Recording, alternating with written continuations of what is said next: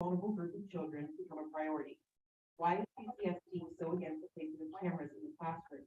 Not only as a protection for our children, but to the teachers. I ask that action be taken to protect our most precious and vulnerable children, those who truly do not have a voice. Thank you, everyone. Thank you, Amanda. Rebecca Signatori.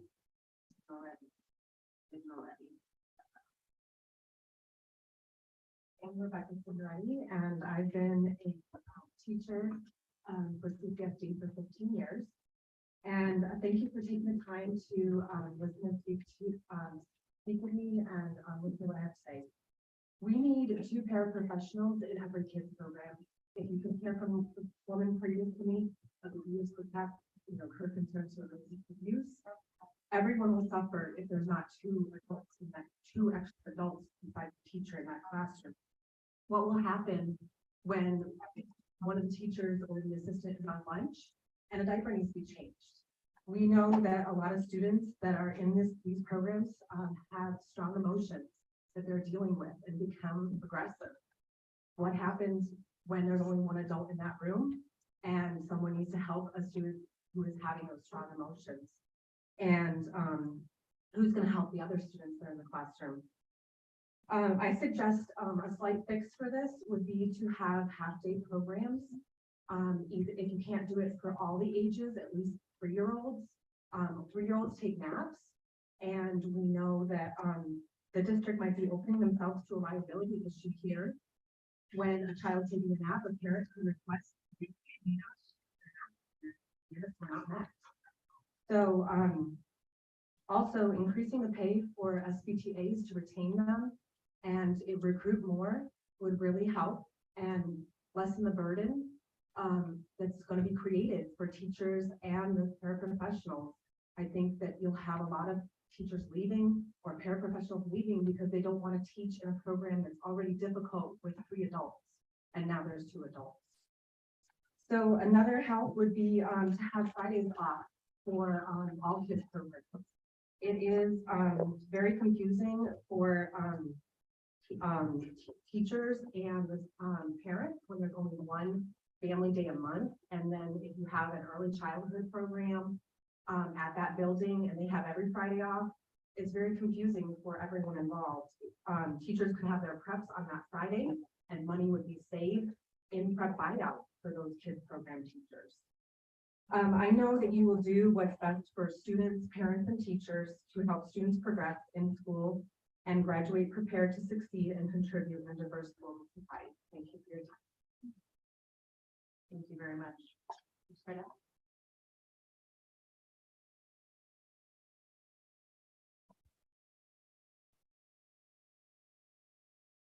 Trustees and Dr. Jara, the PCL, our reading teacher in CCSD and president of NEA of Southern Nevada.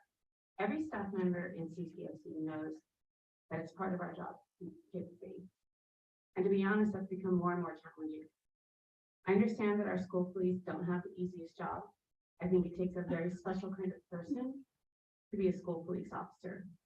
And one of the biggest challenges is to find that balance between keeping our schools safe and earning the trust and respect of the school community. I could barely watch the video involving Durango High School students. It was very clear, even to untrained eyes, that excessive force was used. Anyone can see that this was a high emotion encounter where our students' rights may have been violated. I don't know anyone who believed that what they saw was an appropriate use of force. I can tell you that if any educator would have done anything, even remotely like that, we would have been removed immediately and could have lost our jobs. Educators in CCSD have been disciplined for far less. I will also say this is not necessarily an isolated incident. One in particular from last year, an educator came to me, told me about a situation at their school. They observed an officer using what they believed was excessive force with a student. They said something, they got in trouble for it, and they were told, stay in your lane.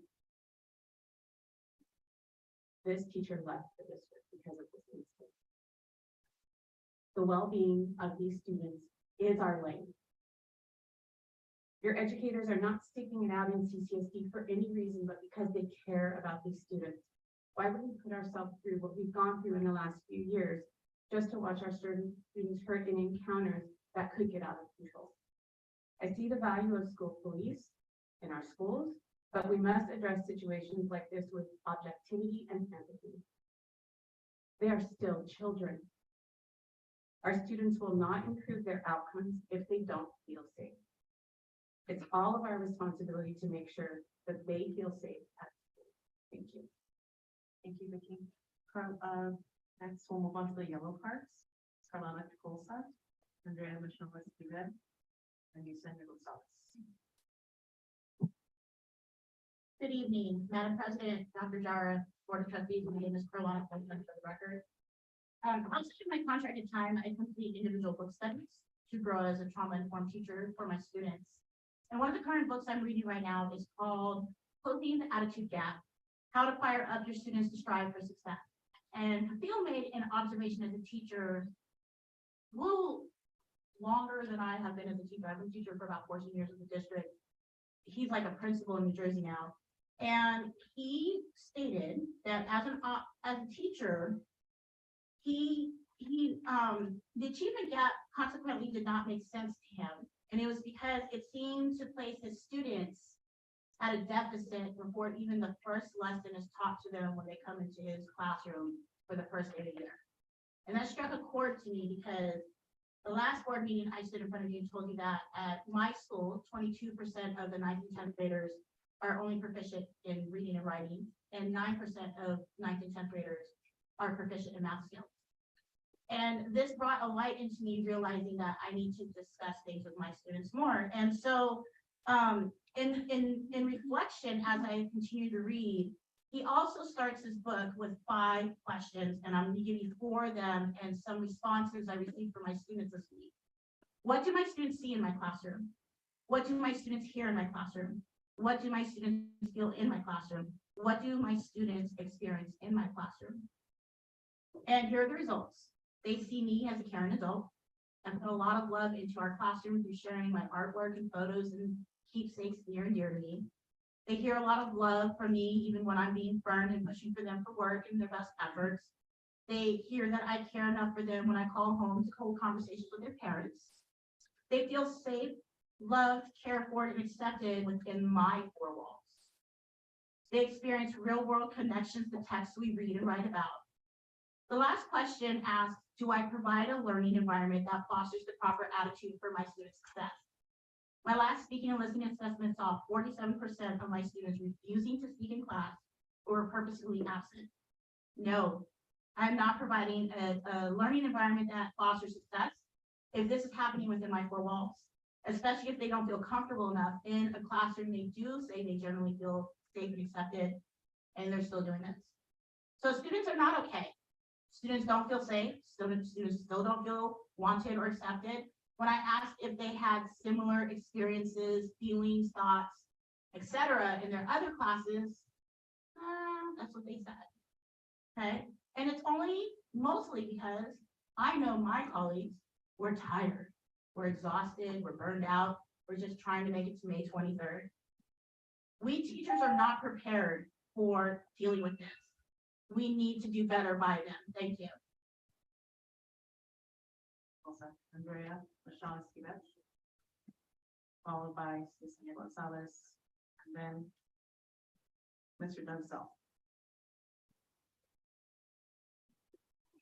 My name is Andrea Michelle Esquivel, and I often wonder if it's really listen to the people in these board meetings. I really do. I doubt it a lot. This is the first time I've come. And you always say safety is your top priority. Is this really? Maybe none of you have been through what me and so many other families have been through. Maybe that's why you don't care enough. I just wonder. So I hope you don't, we don't go against SB 158 again. I hope this can be supported. If you actually can, unless you want more lawsuits. I mean, look at the rise in incidents. They keep on coming, but whose fault is that? Whose fault is that? So if you really do care, you will actually support SB 158 and do everything in your power to protect our kids, all kids, special ed kids, all kids.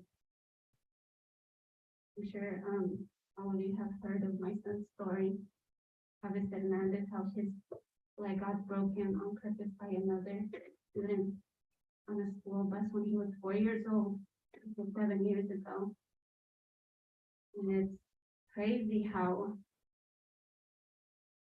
you know, tried everything to cover it up.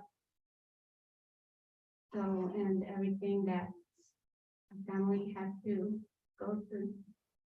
So ever since then, I don't know, it's been a fight.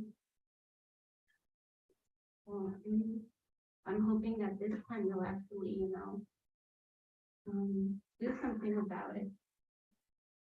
And so far, Travis is still online. My kids are still online. Honestly, I don't trust CCSD to take care of my kids. I don't intend to send Travis back to school in person. He's not safe. He really is under your care. He's not safe. So, I hope and pray that you know, you open your heart to listen. God willing, you will, to do what is right. Has to protect our kids and support SB 158. Please. Thank you. Thank you, Mrs. Viva. Ms. Gonzalez?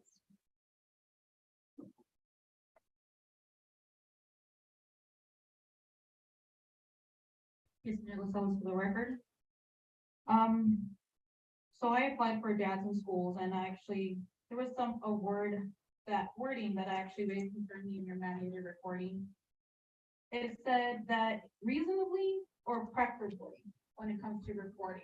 Now I have a problem with that because anyone common sense, you would immediately report anything.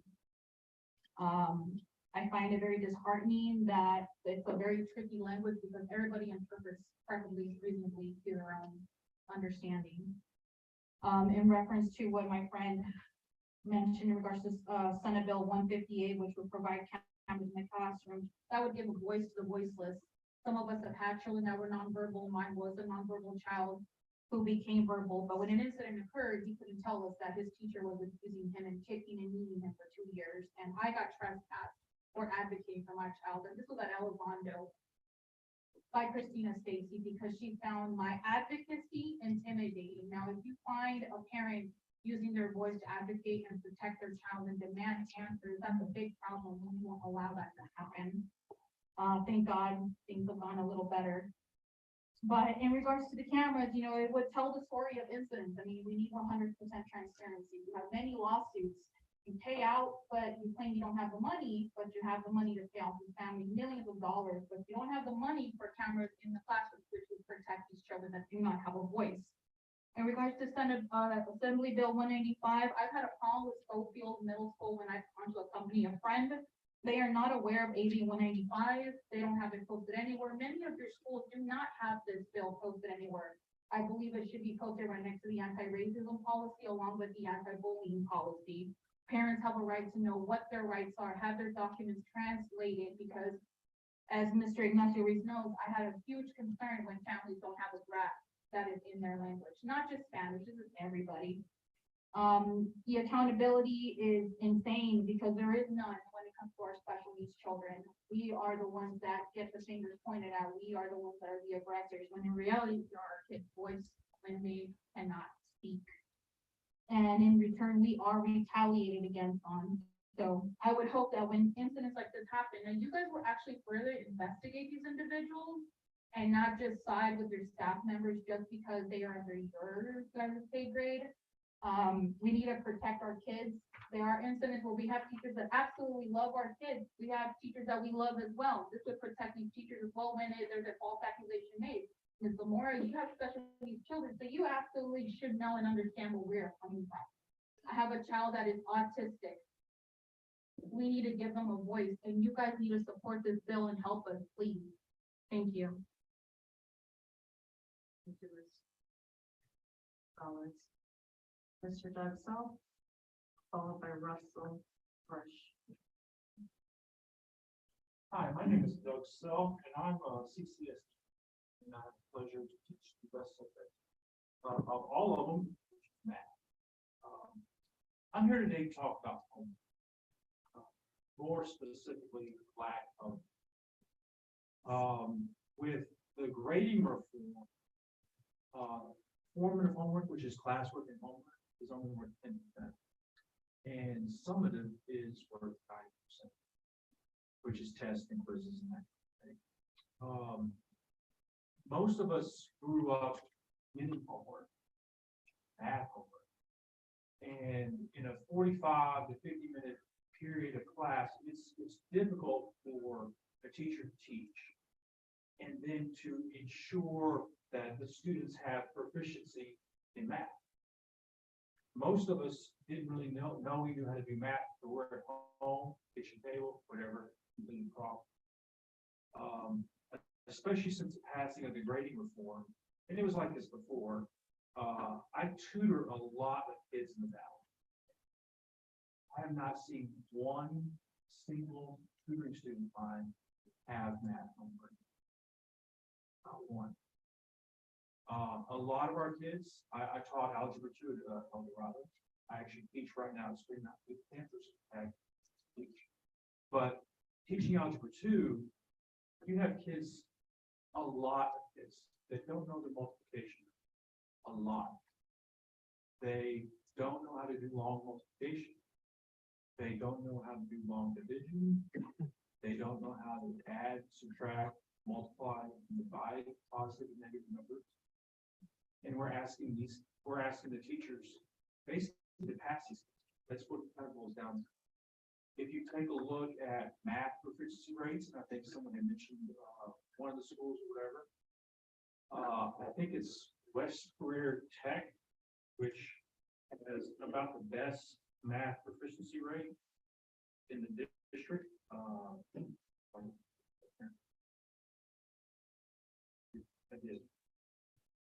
think they had a math proficiency rate of 75% and a graduation rate of about 98%. You go on down to a place like Desert Pines. Math proficiency rate of 4, I'll repeat it again, 4%. And a graduation rate of 90%. How does that happen? 4% proficient. If you count the number of people in this room right now, and we said 4% of proficient math, that's 2 of us. Homework, we need homework that's graded because the students don't pay attention to it if it's not. Thank you, Mr. Salt. Russell, followed by Daniel Thomas. Daniel Thomas.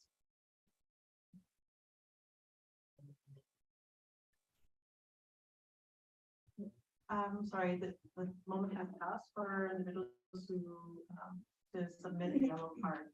I announced that at the beginning of the period. If you have, forgive me, what's your name?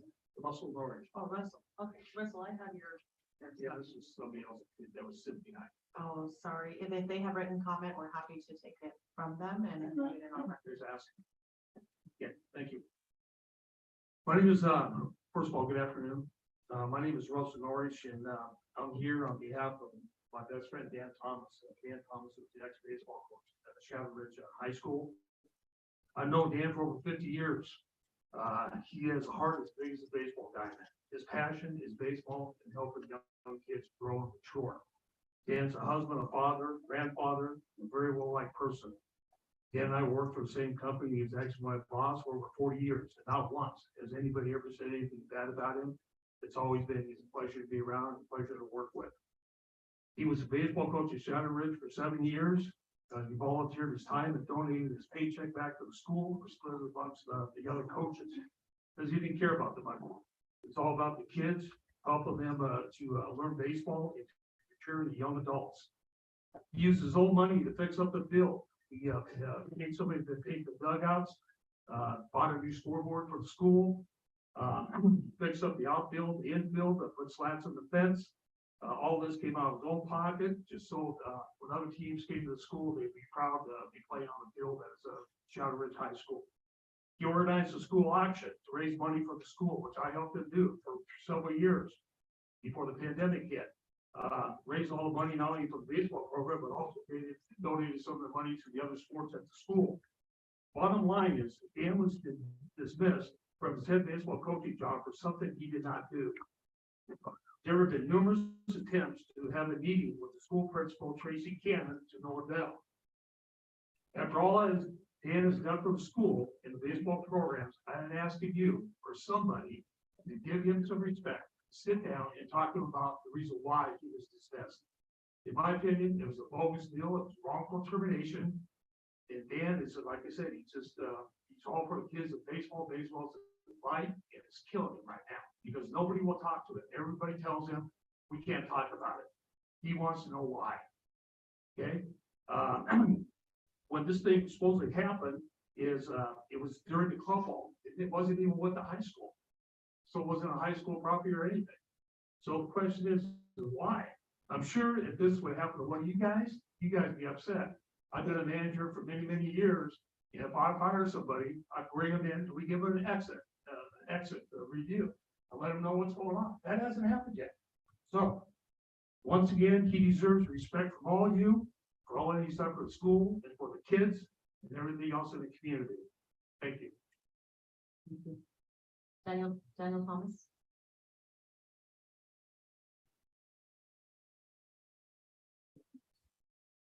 Welcome to provide this documentation to Lisa.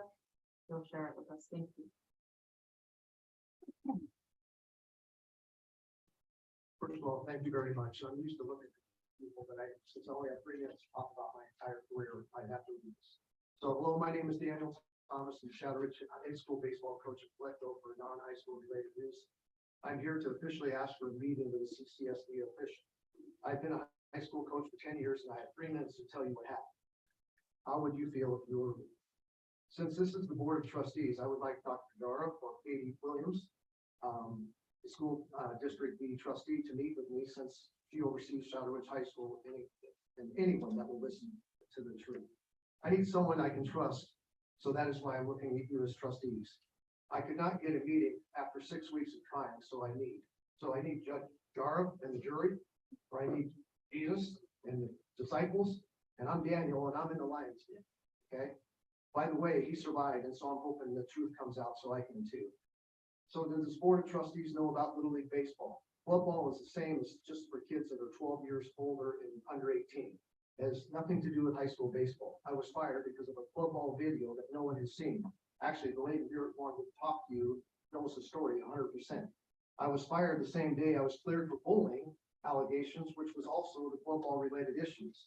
The allegations came from 2 CCSD employees that their son was on the team and was caught vaping in the dugout at a club ball game. He was also suspended for vaping in the high school a few weeks earlier. If you were to check the student's file, it would come out and clarify things for me. Anyone who is the head coach would have been attacked with these parents. I can prove 100% everything I say is the truth, and there are 140 players, parents, and coaches that will verify this. The principal will not meet with the parents and the students, and I don't understand how a principal is not responsible for that. I've been trying to keep these things from going public so the CCSD is not looked upon poorly. Listening to this stuff, I feel bad for you guys. It is called respect, something I've not received.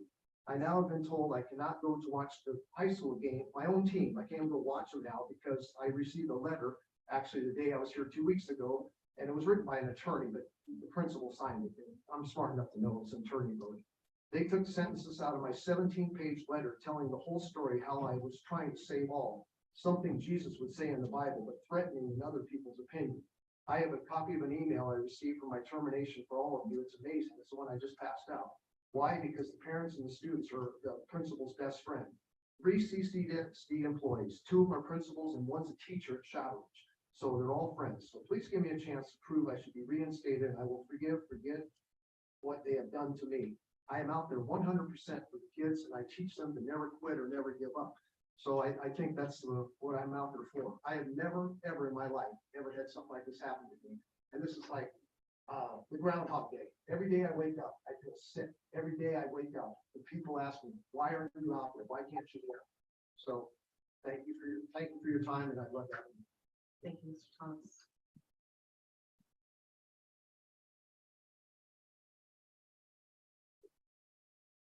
We don't have any further public comments. Over, ready to move on to item 5.01. The upcoming board meeting. Forgive me, I'm sorry. This is policy and, I was here 2 weeks ago and it waits till 6 o'clock at 5:15. thank you. Moving on to item 5.01, upcoming meeting of board of trustees, March 23rd at 5 p.m. At this moment in time, we're looking for an adjournment. A motion to adjourn. Trustee Guzman. Thank you, Madam President. I move to adjourn. Thank you, Trustee Guzman. Trustee Zamora. I'll second that motion. Thank you, Trustee Zamora. Colleagues, we have a motion by Trustee Guzman, a second by Trustee Zamora. Please pass your vote. Motion passes 7-0. The meeting has ended at 5:45 p.m. Thank you. Have a great evening. Thank you.